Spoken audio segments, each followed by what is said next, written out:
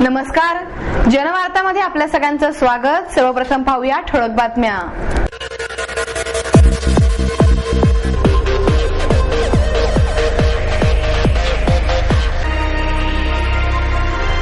25 ते 30% किमती वाढल्याने फटाक्यांची हौस भागवण्यासाठी खिशाला बसणार चाट।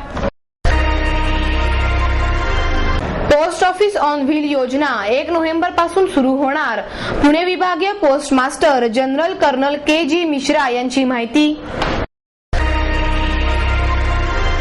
आणि आजच्या चंगळवादी जगामध्ये सामाजिक मूल्ये जपण्यासाठी ज्योतिषांनी प्रयत्न करावेत, ज्येष्ठ शिक्षण तज्ञ डॉक्टर न.म. जोशी यांचे मत। 25 ते 30% किमती वाढल्याने फटाक्यांची हौस भागवण्यासाठी खिशाला चाट बसणार आहे। पेट्रोल डिझेलची दरवाढ आणि वाढलेली मजुरी या पार्श्वभूमीवर फटाक्यांच्या किमती यंदा 25 ते 30% वाढल्या असल्याचे फटाका विक्रेत्यांनी सांगितले। यामुळे यंदाच्या दिवाळीमध्ये फटाके उडवण्याची हौस भागवण्यासाठी सर्वसामान्यांच्या खिशाला भुईनळा लावण्याची वेळ येणार आहे। पेट्रोल आणि डिझेलची दरवाढ, वाढलेली मजुरी तसेच मागील काही दिवसांपासून फटाके तयार करण्याचे मोठ्या प्रमाणावर कारखाने असलेल्या शिवकाशी परिसरात पडलेल्या पावसामुळे फटाके निर्मिती कमी झाली आहे। यामुळे यंदा फटाक्यांच्या पार्श्वभूमीवर मागील 5 वर्षांमध्ये फटाक्यांचे भाव सातत्याने वाढत आहेत। मागील 5 वर्षात फटाक्यांचे दर जवळपास 100% वाढल्याचे शहरातील फटाके विक्रेत्यांनी सांगितले। दरम्यान म्हात्रे पुलाजवळील डीपी रस्त्यावर महापालिकेने मागील 10 वर्षापासून फटाके विक्रेत्यांसाठी स्टॉल उपलब्ध करून दिले आहेत। या ठिकाणी पुणे फटाका विक्रेते असोसिएशनचे 60 सदस्यांचे स्टॉल असतात, परंतु यंदा प्रत्यक्षात केवळ 54 स्टॉलला रस्त्याच्या एकाच बाजूला जागा देण्यात आली आहे। यामुळे व्यापाऱ्यांमध्ये नाराजी पसरली आहे। वर्षातील दिवाळीचे केवळ 3 आठवडे स्टॉल असताना महापालिकेच्या वतीने त्या ठिकाणी फारशा सुविधा पुरवल्या जात नाहीत। हॉटेल्स अथवा साधी पाण्याची पुरेशी सुविधा उपलब्ध करून दिली जात नाही। महापालिकेने यंदाही 60 स्टॉल्स उपलब्ध करून द्यावेत, यासाठी विक्रेता असोसिएशनचे प्रयत्न सुरू आहेत। सहपोलीस आयुक्त संजीव सिंगल यांनी यंदाच्या दिवाळीमध्ये सुतळी बॉम्ब आणि फटाक्यांच्या अधिक लांबीची लढी वाजवण्यावर निर्बंध केले आहेत। प्रत्यक्षात हे फटाके निर्मिती करण्यास स्फोटके कायद्यान्वये परवानगी देण्यात आली आहे। फटाक्यांच्या निर्मितीवर कर, विक्री करसह सर्व कर आकारले जातात। अशा परिस्थितीमध्ये हे फटाके वाजवण्यावर बंदी घालणे अयोग्य आहे, अशी प्रतिक्रिया फटाक्यांच्या व्यापाऱ्यांकडून व्यक्त करण्यात येत आहे। माझं नाव राजेंद्र देवराम सातकर। आमचा गेली फटाकड्याचा धंदा 40 वर्षापासून आहे। आम्ही पहिले सारसबागेत व्यापार करतो, आता म्हात्रे विजेवर व्यापार करीत आहोत। आमच्याकडे स्टँडर्ड, अनिल, रवींद्र, सोनी, कालेश्वरी इत्यादी नामवंत कंपन्यांचा माल आहे। फटाकड्याच्या किमती या वर्षी 25 ते 30% प्रमाणात वाढल्या आहेत। फुलबाजी 60 रुपयापासून 150 रुपयापर्यंत, ॲटोम बॉम्बचं नंतर सांगा, लक्ष्मी 70 रुपयापासून 150 रुपयापर्यंत, फ्लॉवर पॉट 25 रुपयापासून 200 रुपयापर्यंत, रोल टेकली 35 रुपये 45 रुपये, घ्याल तशी कंपनीच आहे। गिराईक पाऊसच पडतोय ना, पाऊस पडतोय, आता सध्या पाऊसच पडतोय, तर गिराईक कुठून येणार आपल्याकडे? पाऊस थांबल्यावरच गिराईकांचा प्रतिसाद आपल्याला नंतर कळेल, दिवाळीच्या अगोदर 8 दिवस।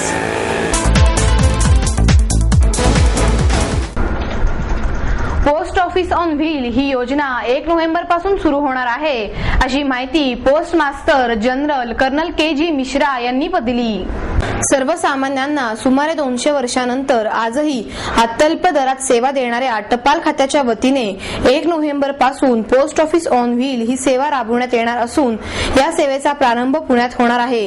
विभागाच्या वतीने टपाल साहित्यानिमित्त विविध योजना राबवण्यात येणार आहेत। पुणे विभागीय post master general colonel K G. Mishra यांनी पत्रकार परिषदेत ही माहिती दिली। संचालक रामचंद्र जायभाये यावेळी उपस्थित होते। 9 ऑक्टोबर 1966 रोजी जागतिक पोस्टल युनियनची स्थापना झाली। त्यानिमित्त जगभरात हा दिवस टपाल दिन म्हणून साजरा करण्यात येतो। टपाल खात्याच्या महाराष्ट्र विभागाच्या वतीने 9 ते 14 ऑक्टोबर या कालावधीत जनजागृती सप्ताह आयोजित करण्यात आला। त्या अंतर्गत शहरात विविध योजना सुरू करण्यात आल्या आहेत। पुणे विभागामध्ये पुणे, नगर, सातारा, सोलापूर या जिल्ह्यांचा पोस्ट ऑफिस ऑन व्हील या योजनेअंतर्गत पोस्टांच्या सर्व सेवा ग्राहकांच्या दारापर्यंत पोहोचणार आहेत। स्पीड पोस्ट, रजिस्टर, मनी ऑर्डर, बचत खाते, इन्शुरन्स, पोस्टल, ओळखपत्रे यांसह सर्व प्रकारच्या सेवांचा त्यामध्ये समावेश आहे. पुण्यातील 19 पोस्ट कार्यालयांच्या कार्यक्षेत्रात रोज ही गाडी जाणार आहे. त्यामध्ये एक ड्रायव्हर, एक पोस्टमन आणि एक सहाय्यक असे 3 जण असतील. विक्रीबरोबरच टपाल खात्यांच्या विविध योजनांचाही माहिती या सेवेद्वारे देण्यात येईल. टपाल विभागाच्या वतीने 31 ऑक्टोबर पर्यंत शहरात 19 ठिकाणी फ्रँचायझीज देण्यात येणार आहेत. त्यामध्ये लाभार्थींना 10,000 रुपये डिपॉझिट भरून टपाल खात्यांच्या सर्व सेवा ग्राहकांपर्यंत पोहोचवता येतील. टपाल विभागाच्या वतीने पत्रांची ने-आण करण्याबरोबरच सोन्यांच्या नाण्यांची विक्री, आधार कार्ड नोंदणी, वीज, फोन बिल स्वीकृती, स्टॅम्प विक्री, पोस्टल ओळखपत्र, छोटोकूल फ्रीजची विक्री, वाहन परवाना स्पीड पोस्टाने पोहोचवण्यासाठी या योजना सध्या राबविण्यात येतात. आधार कार्ड नोंदणी सेवेमध्ये पुण्यात 7 जून पासून 1,27,000 जणांची नोंदणी केली आहे. त्यासाठी 74 ठिकाणी सुविधा उपलब्ध करून देण्यात आली आहे, असे मिश्रा यांनी सांगितले.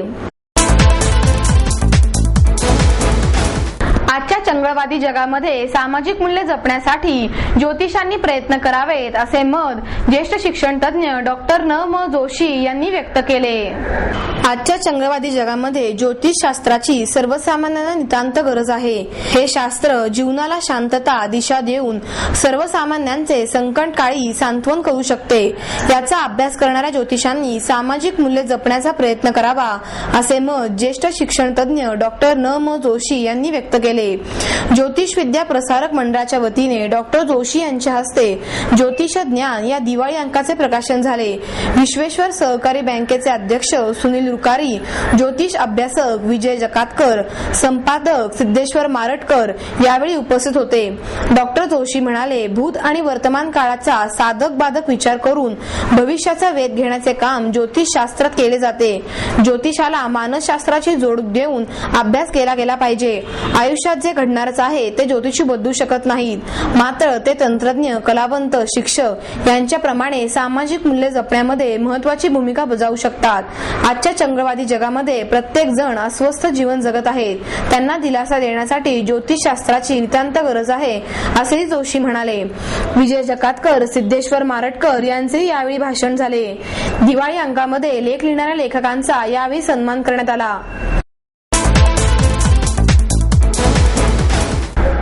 दिवाळी अंक हा मासिकांचा विशेषांक नसून मराठी साहित्य विश्वाचा अविभाज्य घटक आहे, असे मत सिम्बॉसिस संस्थेचे संस्थापक डॉक्टर श्याम ब. मुजुमदार यांनी व्यक्त केले.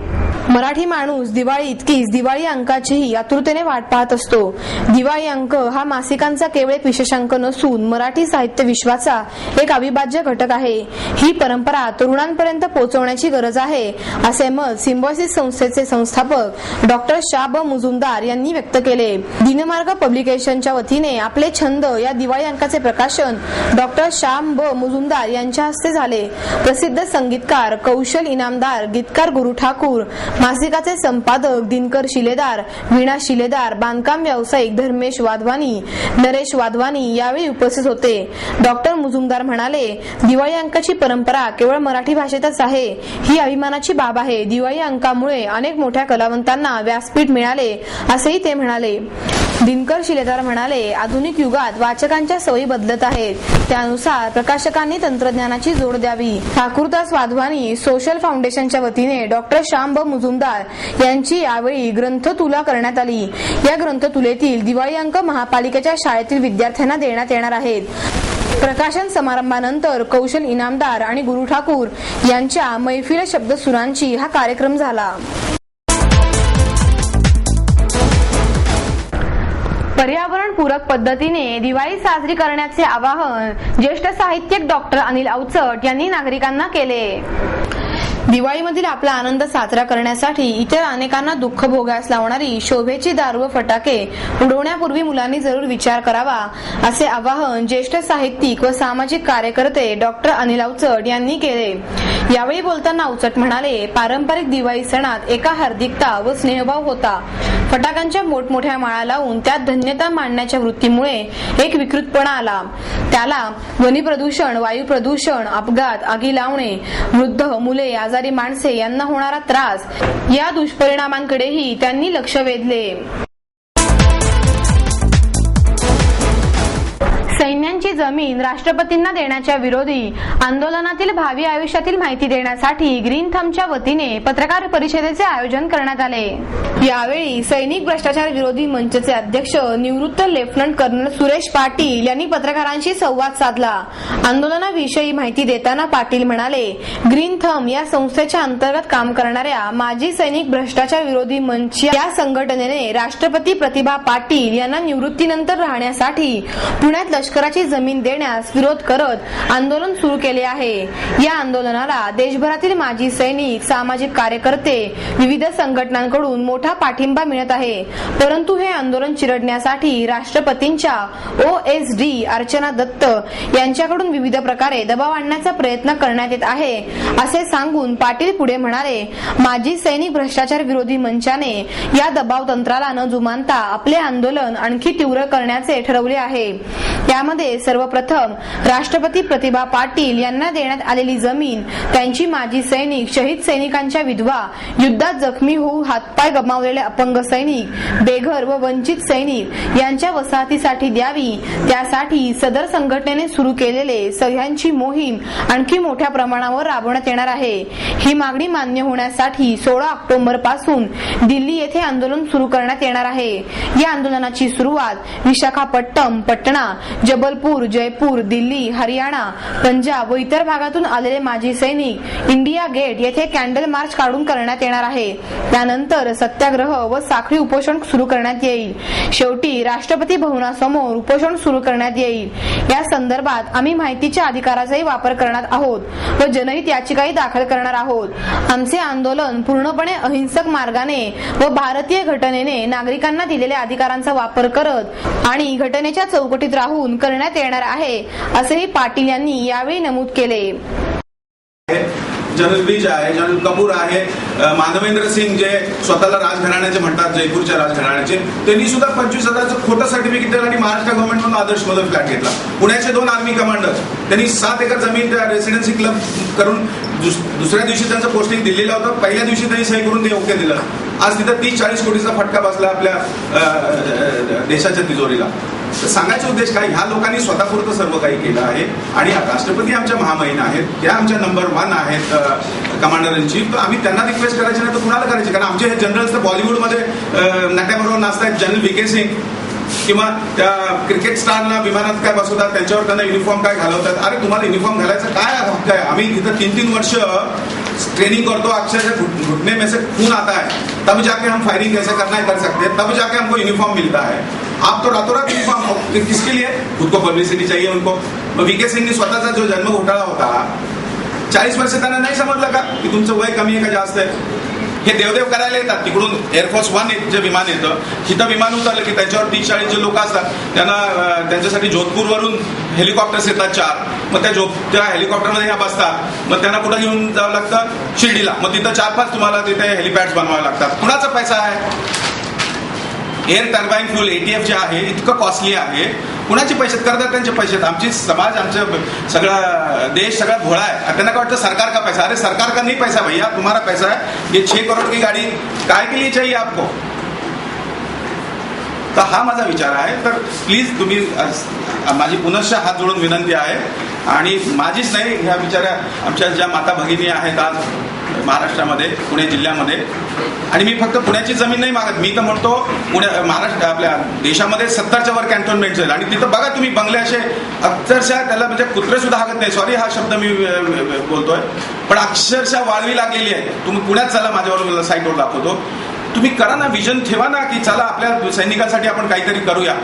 आज 500 स्क्वेअर फूटचा पण फ्लॅट आमचा जवान घेऊ शकत नाही, कारण 20-25 लाख रुपये। आणि जवानांचं काय झालंय, यांनी मी मगाशी म्हणत होतो की मेजरचं काम आता मेजर जनरल करतोय आणि कर्नलचं काम आता लेफ्टनंट जनरल करतोय।